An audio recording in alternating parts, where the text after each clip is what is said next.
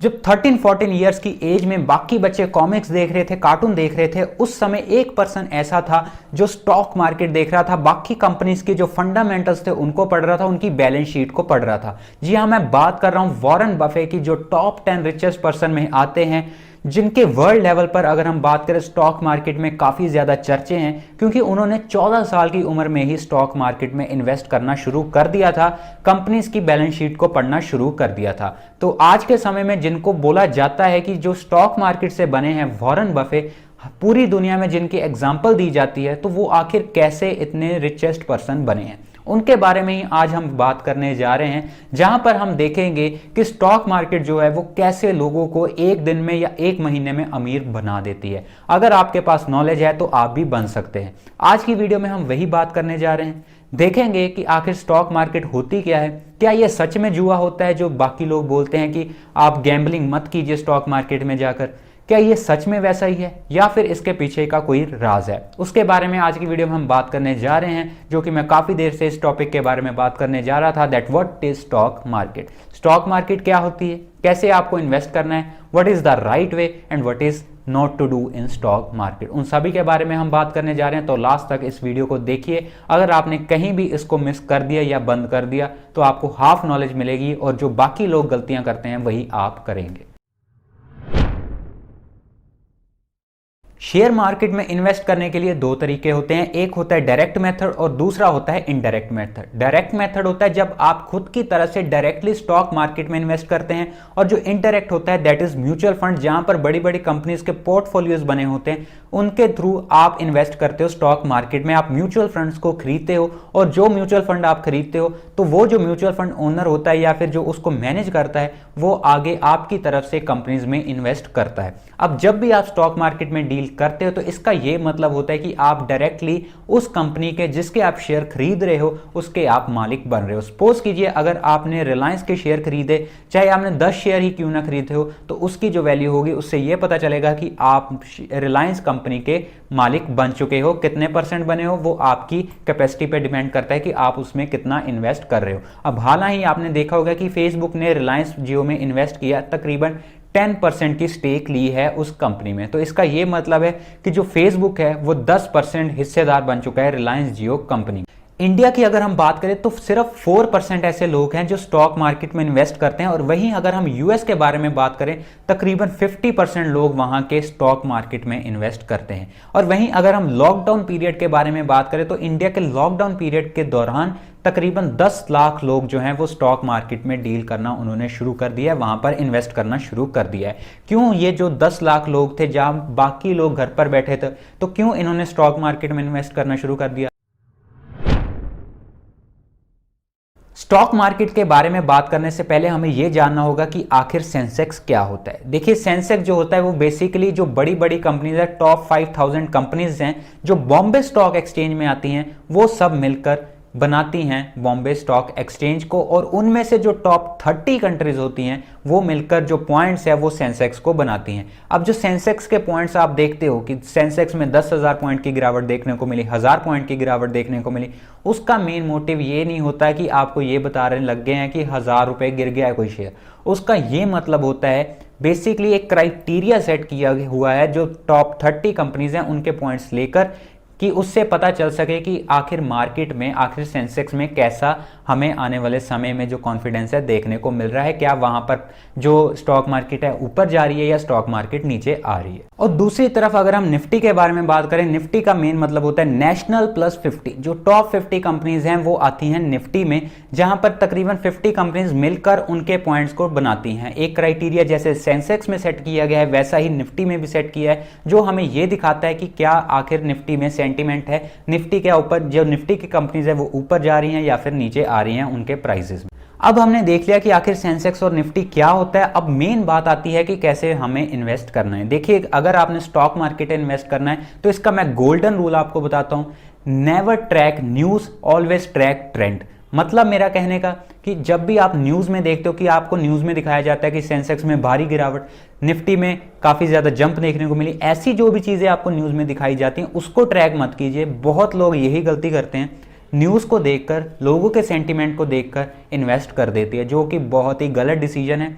दूसरी तरफ जो मैंने बोला ट्रेंड को ट्रैक करना है। ट्रेंड को ट्रैक मतलब अब आज के समय में ट्रेंड क्या चल रहा है, देखिए सब लोग घर पर बैठे थे, लॉकडाउन चल रहा था, तो लॉकडाउन पीरियड में लोगों ने इन्वेस्ट किस चीज़ में किया, अपना टाइम कहाँ पर ज़्यादा लगाया, सोशल मीडिया पर लगाया। इसके अलावा उन्होंने नेटफ्लिक्स पर लगाया, ऑनलाइन एजुकेशन पर लगाया, अमेजॉन प्राइम में लगाया। ऐसी चीज़ों में लोगों ने अपनी काफ़ी ज़्यादा टाइम स्पेंड किया। तो ऑब्वियसली जो चीज़ें बंद हैं उनका प्राइस ऊपर जाएगा, या फिर जो चीज़ें चल रही हैं उनका प्राइस ऊपर जाएगा। डेफिनेटली उनका ही प्राइस ऊपर जाएगा जो चीज़ें चल रही हैं, जिनकी डिमांड बढ़ती जा रही है। अब नेटफ्लिक्स की इतनी ज़्यादा डिमांड बढ़ी तो उनका शेयर प्राइस अप गया, जूम ऐप की इतनी ज़्यादा डिमांड बढ़ी, उसका प्राइस अप गया। और वहीं दूसरी तरफ अमेजोन का भी ऐसा ही हुआ, उनका प्राइस अप गया। और दूसरी तरफ जो चीज़ें नहीं चल रही थी उनका प्राइस नीचे आने लग गया, रिलायंस का प्राइस नीचे आया। तो लॉकडाउन पीरियड में हमने यही ट्रेंड को ट्रैक किया कि जो चीज़ें चल रही थी, जैसे आने वाले समय में भी हो सकता है ऑनलाइन एजुकेशन और ज़्यादा प्रमोट होगी, तो ऑनलाइन एजुकेशन में जो सेक्टर्स हैं उनमें काफ़ी ज़्यादा जंप देखने को मिलेगी। और दूसरी तरफ अगर हम बात करें ये जो सारे प्लेटफॉर्म्स हैं, OTT प्लेटफॉर्म्स हैं, इनमें जंप देखने को मिलेगी। और ये जो सारी चीज़ें हैं यही हमें डिपिक्ट करती हैं कि क्या ट्रेंड चल रहा है, उस ट्रेंड के अकॉर्डिंग हमें इन्वेस्ट करना होता है। अब इन्वेस्ट करने में दूसरी चीज़ आपको जो ध्यान में रखनी है that is PE ratio, that is profit earning ratio. किसी भी कंपनी का आप चार्ट निकाल लीजिए, पिछले 10 साल में कैसी परफॉर्मेंस है, कब वो सबसे ज़्यादा गिरावट देखने को मिली और कब उसमें सबसे ज़्यादा हायर जंप देखने को मिली, तो इससे आपको पता चल जाएगा कि कितनी प्रॉफिट अर्निंग रेशियो है। अब लॉकडाउन पीरियड में क्या चल रहा था स्टॉक मार्केट में, बेसिकली पूरी मार्केट नीचे आई हुई थी, जो प्राइजेस थे शेयर्स के वो काफ़ी ज़्यादा गिरे हुए थे। तो लोगों ने काफ़ी दिमाग से कंपेयर किया और उन्होंने देखा कि ये जो प्राइजेस है काफ़ी ज़्यादा नीचे आए हुए हैं और इनके ऊपर जाने की संभावना काफ़ी ज़्यादा है। तो लोगों ने लॉकडाउन पीरियड में जो 10 लाख लोगों की मैंने बात की थी, तो उन्होंने ऐसे ही इन्वेस्ट करना शुरू कर दिया, क्योंकि वॉरेन बफे की जो एडवाइस है वो यही है, बाय लो सेल हाई। मतलब जब रेट नीचे आया हो शेयर का उस समय खरीदिए, क्योंकि उस समय सबसे ज़्यादा लोग बेचते हैं, और जब उस प्राइस जो शेयर का प्राइस है वो ऊपर है उस समय उसको बेच दीजिए, क्योंकि उस समय लोगों को लगता है प्राइस ऊपर जा रहा है तो इसको खरीद लो। अब कुछ लोग बोलते हैं क्या ये गैम्बलिंग है, क्या स्टॉक मार्केट में इन्वेस्ट करना सेफ है। तो यहाँ पर कुछ हमारे सामने एग्जांपल्स आती हैं पास से, जहाँ पर हमें ये देखने को मिला कि स्टॉक मार्केट 100% रिस्क फ्री नहीं है। क्योंकि आपने देखा होगा पास में या कभी भी आपने पढ़ा होगा हर्षद मेहता स्कैम, जहाँ पर उन्होंने ACC सीमेंट में इनसाइडर ट्रेडिंग करके उस प्राइस को काफ़ी ज़्यादा ऊपर ले गए थे, 200 से 9000 उसका रेट ले गए थे, और उसके बाद उन्होंने अपने सारे शेयर्स को सेल कर दिया और काफ़ी ज़्यादा प्रॉफिट कमाया था। तो हर्षद मेहता ने क्या किया, ACC सीमेंट के सारे जो फंडामेंटल्स थे उसके साथ खेला, उनकी बैलेंस शीट के साथ खेला, लोगों के दिमाग के साथ खेला। लोगों ने उस समय ये नहीं देखा कि उस कंपनी के फंडामेंटल्स आखिर स्ट्रांग है या नहीं, क्या उस कंपनी की प्रॉफिटेबिलिटी हाई है या नहीं। तो लोगों ने बस ये देखा प्राइस ऊपर जा रहा है तो लोगों ने इन्वेस्ट करना स्टार्ट कर दिया, और जब हर्षद मेहता को लगा कि उसका प्राइस 9000 तक पहुंच चुका है तो उन्होंने अपने सारे शेयर्स बेच दिए, और जो शेयर का प्राइस था वो काफ़ी ज़्यादा गिर गया और लोगों को उस समय मार्केट में काफ़ी ज़्यादा नुकसान हुआ था। तो ऐसे जो स्कैम्स हैं वो यही डिपेक्ट करते हैं कि स्टॉक मार्केट 100% रिस्क फ्री नहीं है। इसके अलावा और भी बहुत सारे स्कैम हुए, जैसे सत्यम स्कैम हुआ, केतन पारेख स्कैम हुआ, जो कि आई होप आपने कभी ना कभी कहीं ना कहीं पढ़ा होगा या यूट्यूब पे वीडियोस देखी होंगी। अगर नहीं देखी, बहुत सारी ऐसी वीडियोस है, ज़रूर देखिए कि उन्होंने कैसे ये स्कैम किए थे। अगर आपने ये वीडियोस नहीं देखी तो मैं नीचे डिस्क्रिप्शन बॉक्स में लिंक डाल दूंगा 1-2 वीडियोस का, जहां से आपको अच्छे से पता चल जाए कि कैसे ये सारे स्कैम्स हुए थे। तो ये जो स्टॉक मार्केट का खेल है ये 100% रिस्क फ्री बिल्कुल भी नहीं है। बहुत सारे स्कैम्स हुए हैं, आने वाले समय में मार्केट ऊपर भी जा सकती है, नीचे भी गिर सकती है। अब कोरोना वायरस के टाइम पर मार्केट को कितना ज़्यादा नुकसान हुआ, ऐसा ही पिछली बार हमें 2008 में जब रिसेशन आया था उस समय भी ऐसा ही हुआ। तो ये हम बोल सकते हैं कि ये राइट टाइम था शेयर्स को बाय करने का, क्योंकि लोगों के पास पैसा जिनके पास था उन्होंने इन्वेस्ट कर दिया, क्योंकि स्टॉक मार्केट नीचे आई है, उनको पता है कि स्टॉक मार्केट फिर से रिवाइव करेगी, ऊपर जाएगी आने वाले 1-2 साल में। तो ये राइट टाइम है इन्वेस्ट करने का, क्योंकि जिन्होंने 2008 में इन्वेस्ट किया था उन्होंने काफ़ी ज़्यादा शेयर मार्केट से पैसे कमाए।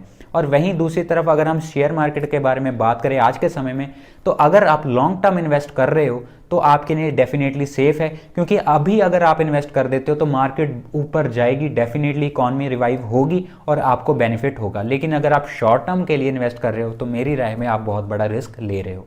इसके अलावा स्टॉक मार्केट में इन्वेस्ट करने के लिए आपके पास कंपनी के फंडामेंटल्स की काफ़ी अच्छी नॉलेज होनी चाहिए, क्योंकि अगर आपने कंपनी की बैलेंस शीट को नहीं देखा कि पिछले 4-5 साल में क्या उनके प्रॉफिट्स बढ़ रहे हैं या कम हो रहे हैं, तो हो सकता है कि आप इस स्टॉक मार्केट में पैसा गंवा सकते हो। लेकिन वहीं अगर आपने कंपनी के फंडामेंटल्स को अच्छी तरह पढ़ा है, उनकी बैलेंस शीट को देखा है, उनकी प्रॉफिटेबिलिटी को देखा है, तो आपको आने वाले समय में जो प्रॉफिट है वो भी देखने को मिलेगा। तो कंपनी के बारे में नॉलेज होना, उसके फंडामेंटल्स के बारे में देखना, उनकी बैलेंस शीट को देखना, ये आप सबके लिए काफ़ी ज़्यादा इंपॉर्टेंट है। तो मेरी आपके लिए टिप यही रहेगी, कभी भी आप कहीं भी अगर इन्वेस्ट करते हो कंपनी में, तो आप उसकी बैलेंस शीट को ज़रूर देखिए।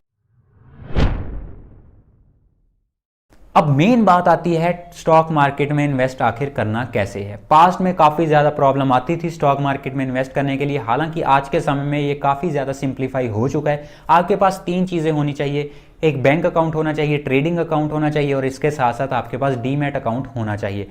अगर आपके पास ये तीनों चीज़ें हैं तो आप घर पर बैठकर ही ट्रेडिंग कर सकते हो, क्योंकि बहुत सारी ऐसी ऐप्स आ चुकी हैं जहां पर आप घर पर बैठ के जो सारी ट्रेडिंग है वो कर सकते हो। तो दोस्तों ये थी हमारी आज की वीडियो, इसको लाइक कीजिए, शेयर कीजिए और इस चैनल को सब्सक्राइब करना मत भूलिए। तो चलिए दोस्तों, मिलते हैं अगली बार। बहुत बहुत धन्यवाद।